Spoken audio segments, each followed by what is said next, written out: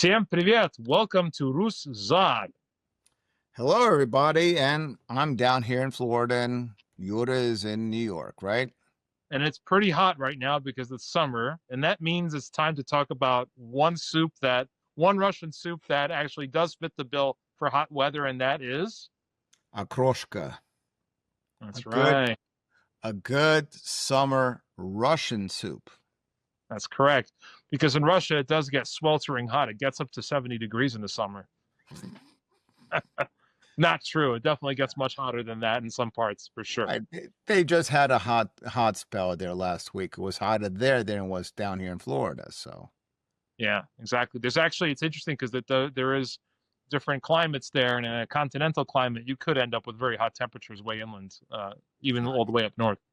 So, one of our podcast viewers, Andrei, has come up with a very interesting idea. He asked us to settle the ongoing debate over variants of Okroshka. Okroshka, svekolnik, holodnik, beets versus no beets, kvass versus kefir based. Settle the debate once and for all, please.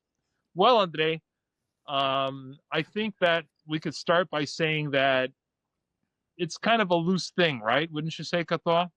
yeah, it's a regional thing in reality, and add to it centuries of just mixtures and combining people traveling horseback riding or through with wagons. The soup was created, but in reality, the Russians always wanted to have something cold to eat. And actually, the word Okroshka, do you know what Okroshka stands for? What does it stand for? Okroshka, you can't translate it as kroshka, meaning crumbs, or well, actually, you Oh, can. crumb. But kroshka in Russian terminology today means a female. Oh, kroshka, oh, baby. Not I'm sure that's not what it means, that's though. not the reason. So a kroshka stands for krashits, meaning crumbs, crumble. And so, as we understand, the origins of a kroshka actually started somewhere being recorded in the 15th century, 16th century. The Russian language was still developing. It's actually nothing compared to what we're saying, the way we know it today, too, by the way. You understand? So a kroshka what meant as a crumble or crumbling pieces into the soup. So that's the idea of a kroshka. All the small little pieces put together in a soup. Right. Nakrashits, or I guess in this case, it would mean dicing, right? So Yeah. you're dicing, and that's basically the number one thing behind the Okroshka recipe. And it's a pretty important thing with a lot of soups. Like even a gazpacho, a cold soup, also has diced components to it. And when you're making the soup, and we're going to go through the process of making the soup for you, just so you know how it's done. A lot of the work, or most of it, I would think you would agree with me, is basically just cutting up the vegetables and the ingredients to those little diced pieces. It makes a world of difference, and even visually. Granted, babushka, when she would make small little things, she would just chop up the beets into somewhat of a medium-sized chop or die, right? So it's important to keep it small. I mean, of course, it's one thing when you're doing it for presentation, another thing for you're doing it at home. Of course, when my mother makes a kroshka, the pieces are bigger. Of course, who's going to sit there and dice stuff for a long time? But we did it correctly, just so you see how it's done. And we're going to go into Kato's recipe step by step in just a few minutes. But the first thing we want to talk about is to address Andrei's question about um, the whole question about, first of all, the terminology. So we have a kroshka, then we have svekolnik and holodnik. So let's just kind of go through what all of those are. Well, I lived in Moscow, so mind you, I know what svyakol'nik was there. Svyakol'nik derives from the word svekla, meaning beets, right? So it's a beet soup. It's a cold beet soup, and there's varieties. Again, there's actually, as long as you don't put any kefir or a milk dairy product into it, it's going to be svyakol'nik.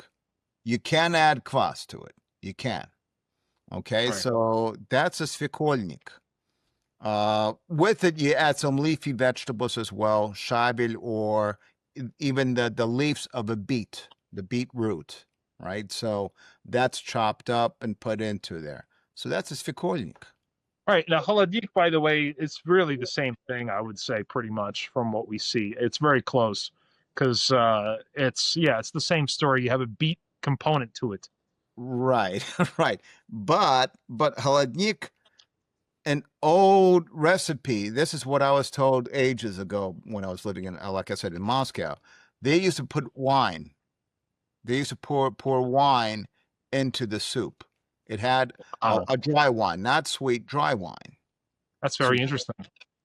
yeah, and it naturally would be served also during the summer times, right? But yeah, they do use wine. So I think again, these are very loose understandings, and when we talk about Okroshka itself, the understanding is also loose because, as we all know, I think Kato will agree with me that in Russia, the prime standard for Okroshka is a kvass based Okroshka.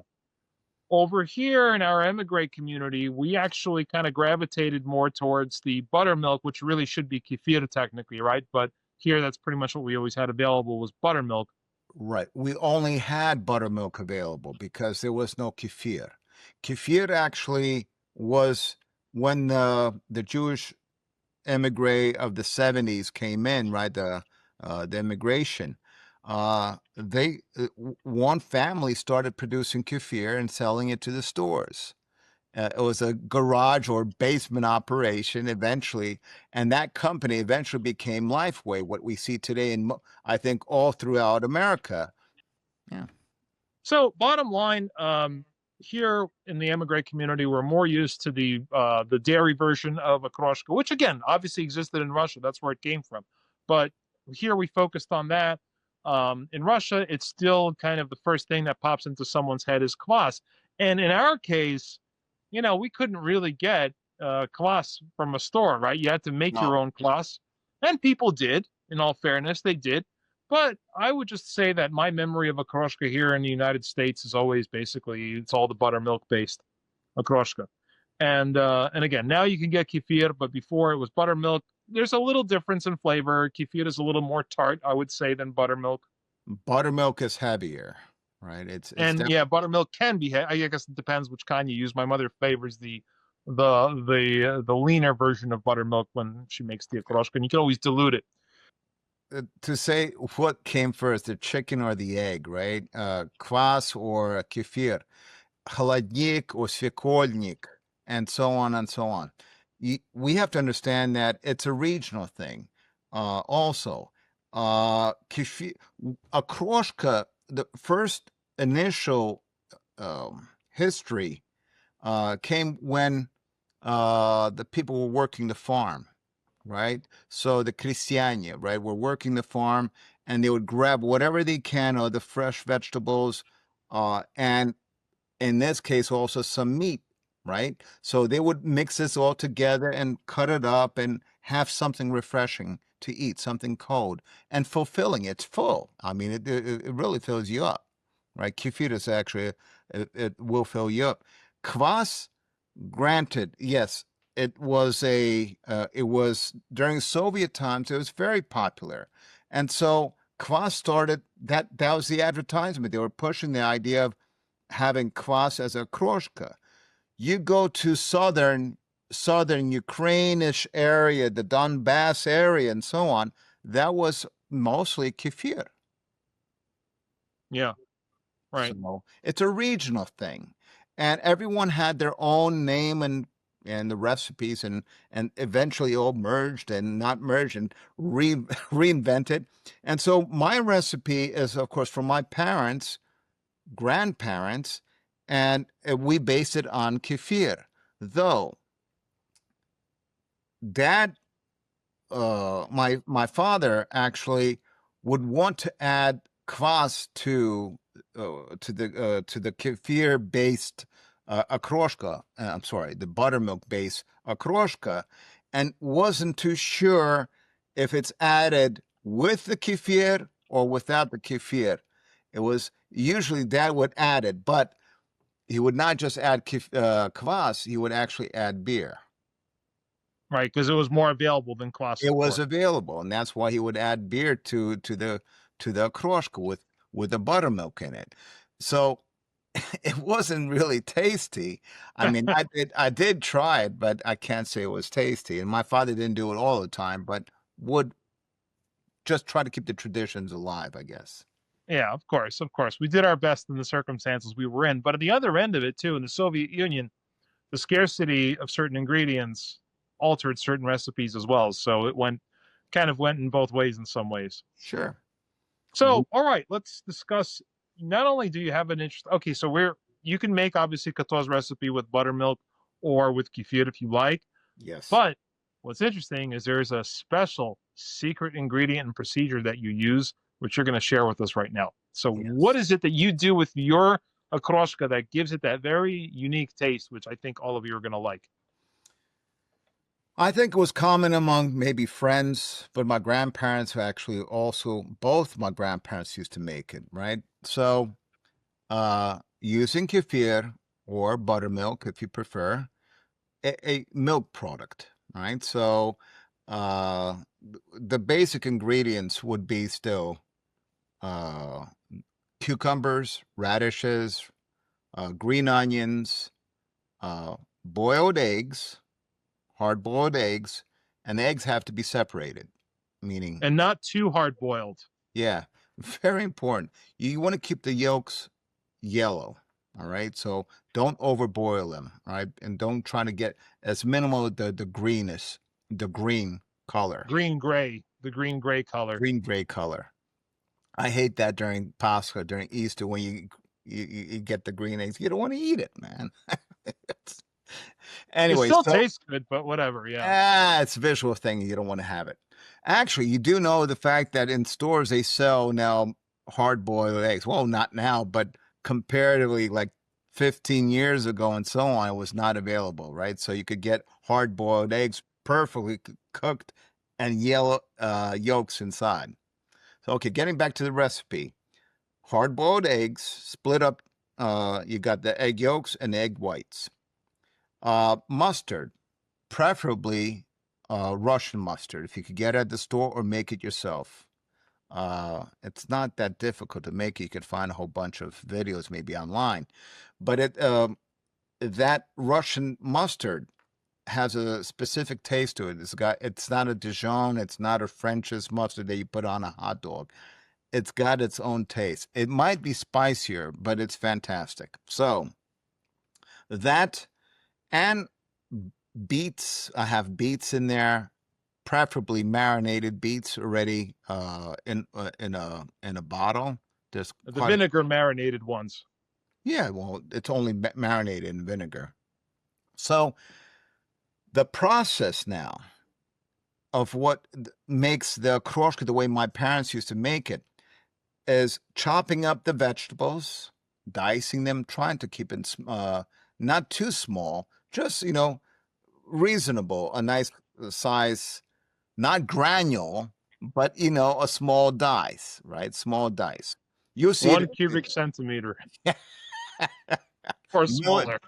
2 millimeters, right? Yeah, we're Russian, so we have to use the metric system. All right, so it's diced, set it aside. Buttermilk, just shake it, make sure you've got it all set. Or kefir. Or kefir, right? Don't use whole milk. It's got Or to just have a sourness and a thickness to it. right. The eggs, as I mentioned, the yolks are going to be mashed together with the Russian mustard. If you don't have Russian mustard, use whatever mustard you want to. Okay, it's not, Except the Dijon. well, you're limited. So, but preferably you can. So you take the mustard, take the egg yolks, mash it up together, add a little bit of kefir to make it a little bit more easier to mix it all together. And then that concoction that you got, you put it into the kefir, bring it back to all the kefir, meaning you empty out the jug of kefir or buttermilk, and then mix it up well already with the mustard and the yolks, and then add the vegetables to it. That's it. That's how simple a okroshka is. Well, I would also underline that the with a kroshka, I think it's not one of those. It's like a lot of soups where you don't really have to worry about proportions, and you basically just do it by eye, with one exception, and that is the mustard, because I use the cuisson, which now you can get in the United States. Back in our parents' generation, not Yeah. the case. So we would have to make our own. But now with the cuisson, I found that for about 3 liters of kefir going into my recipe, I used about like a definitely a heaping tablespoon and a half. That was a little bit much of the cuisson. I would have pared it down to maybe just maybe 2 teaspoons. That's what I Okay. would have done. Well, um, I used the 1 liter, 1 quart of kefir. I don't know what comes in quart or liter. I'm not too sure. I think probably The same thing, pretty much. probably a quart, and since we're in America, and about I would say less than a tablespoon of Oh yeah, definitely. It's got to okay. be just a little bit for flavor, and the You cuisson is taste it. pretty You strong. taste it. Right. You taste it. You got to taste everything. And then, as I shared with the video, you're adding the vegetables, and you just want to look at it. Is it getting too much of this or too much of that? You just keep on adding. Now, at the end, if it's way too thick, you're just going to have to add some water to it. There's nothing wrong adding some water to it as well. Yeah, correct. That's the nice thing. Distilled water is preferable in this case because you're drinking this cold. You're not going to be boiling the water. So if you have a flavored tap, probably a good idea to use filtered water or, whatever, Poland Spring or whatever it is that you like to use. So, or boiled water, maybe previously boiled water. You don't want to combine any hot water in this, obviously, because you're going to start cooking the ingredients, and we don't Yeah. want that for our kroshka. As far as choice of meat, I think ham is the most traditional thing that we go for. Bologna, ham, mortadella, something that kielbasa, polskie, krakowska, anything of that nature, as long as it's chewable and you could bite into it and enjoy it. It shouldn't be roast beef. Try to keep it as a pork. Even a hot dog, even sausages are perfectly fine. Oh, absolutely. I think a hot dog's a great idea, actually. It will just Um, simplify it. You just and very easy to cut too, by the way. So, exactly. um, absolutely, yeah. Hot dogs really. I have actually had a kroshka with hot dogs done. So yeah, and of course, dill, dill, dill, dill, dill, dill. There's no way you're gonna do a Russian soup without dill. It's illegal. So growing up as a kid and family, right? Uh, Mom would always make a okroshka probably about 3, 4 times during the summer. And so 3, 4 times out, really dredged eating that soup as a kid. I mean, 7, 8, 9, 10 years old, whatever. And parents would still force me to eat it. And of course, the reason why I probably hated it because I hated radishes. I hated dill, and I hated buttermilk. I was like, everything else is fine except for the buttermilk. But nevertheless, we did actually eat it. Uh, and in camp, we also had a kroshka. I don't know, at least 4 times for the entire month of July, we would have a kroshka there. Same, pretty much. They did not add mustard, though. That's true. It didn't have the mustard taste. But, and the difference, a kroshka between, you can have it without beets or with beets. Right, a white or a pink version. Right, right. And we would notice it. And of course, beets wasn't always a great idea. We didn't had a hard time eating beets as a kid, as children, right? So, but definite, I would say, in the past 20 years, I've always made my okroshka using beets. This is the first time I've ever tried doing it with the mustard. And I have to say that when you put that with the marinated beets, which have their own vinegar in it, it gets Exactly. pretty interesting. It's It gets definitely different. fantastic. It's a It's different fantastic from that very dairy buttermilk okroshka that I'm bingo. used to, which is fine too Exactly. in its own way. Because that dairy, if you keep the beets out, you taste more of the cucumbers. right? You get more of the cucumber and dill flavor. It becomes bland for me, right? And I could eat it. I've ate it because one person didn't want to have the beets in it. It says Okroshka is only made without beets. Okay, fine. So I would make the without the beets, and of course you get the bland taste. You have to add more salt to it or pepper, but whatever. Beets actually is a fantastic flavor to it. Well, you also told me in your recipe that adding lemon juice is an option as well, a little bit to make it interesting. Yeah, you get that zest. You get that freshness of a zest in there as well, of course. But Interesting. if you're adding beets already to it, you don't need lemon. And naturally, in Russia, they didn't have lemons in the 15th, 16th century.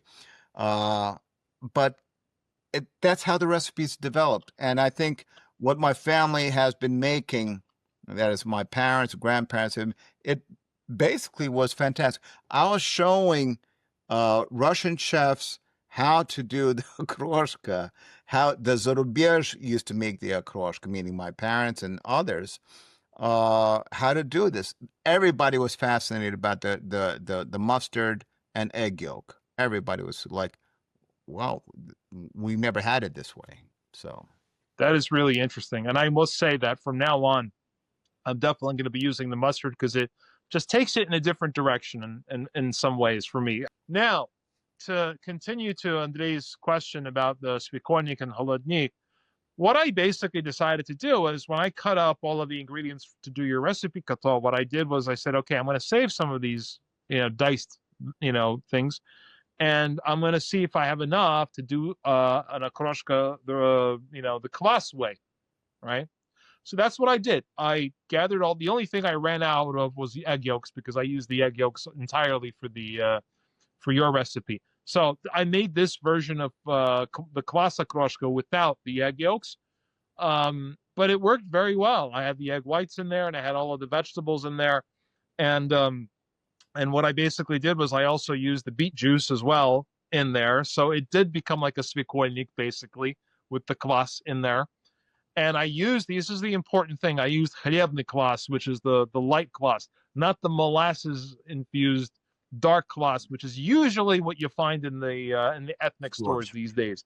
But I liked it. Now, here's an interesting difference between the two, the kefir buttermilk based version and the kvass based version, and that is that when you're doing your version, the kefir and buttermilk, it's better the day after and the day after the day after. So it does get more interesting as all of those flavors combine.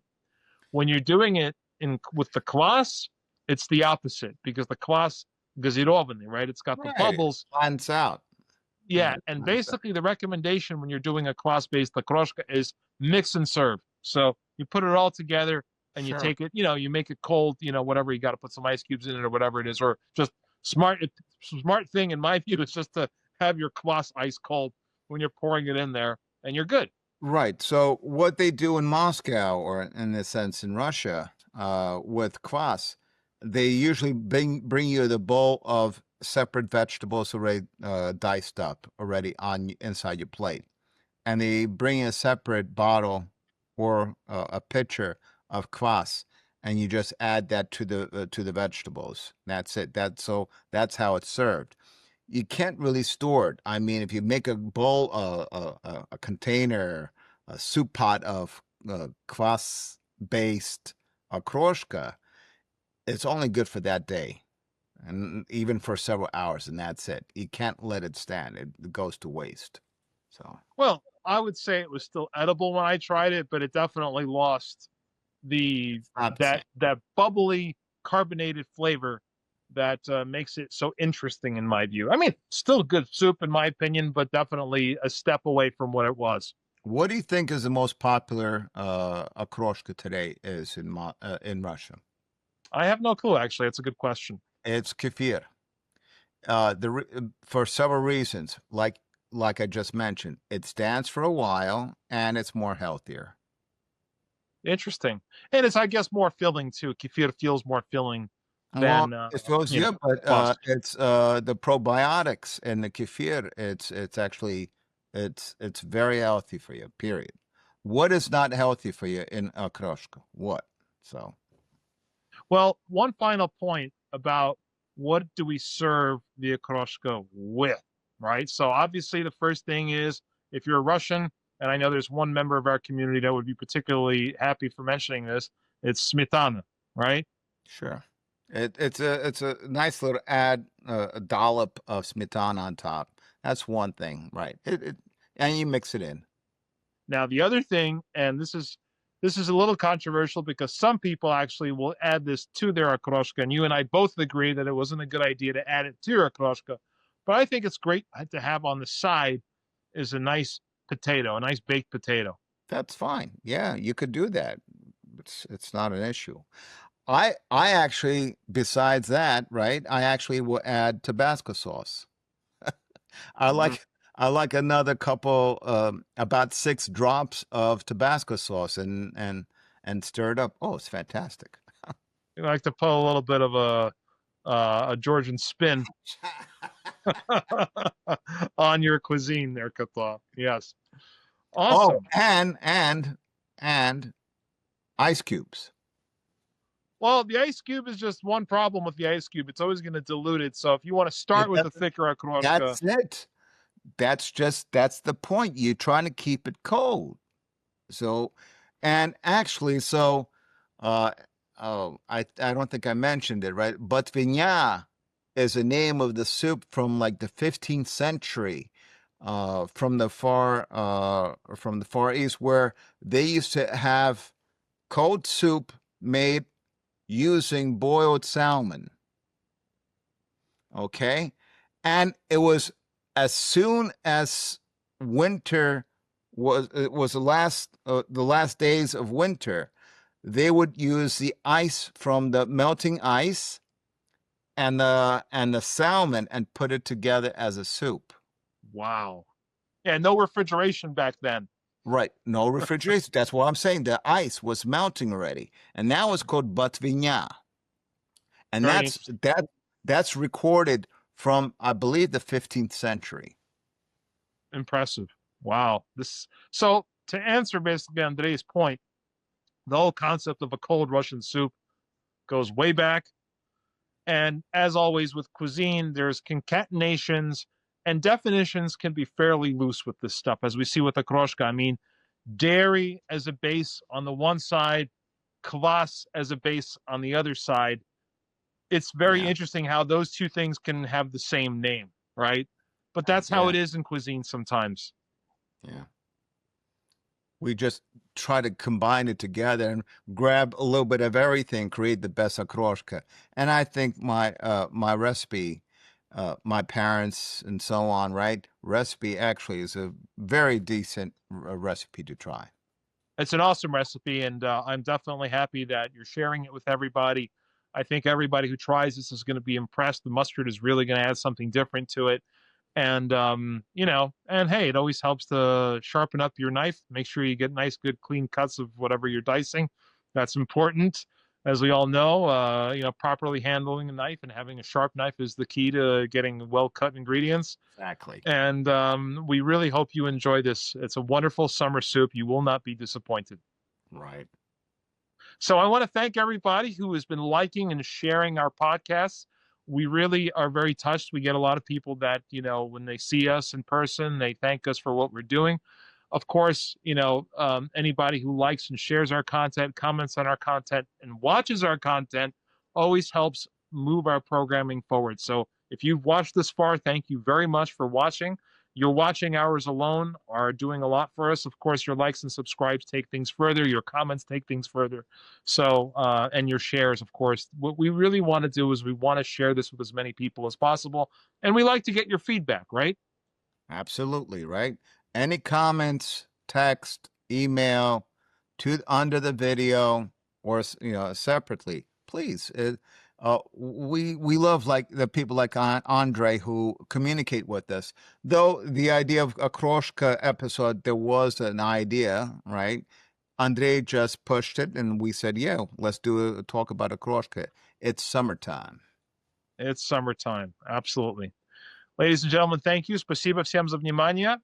And please join us for more exciting podcasts on many different Russian зарубежные темы.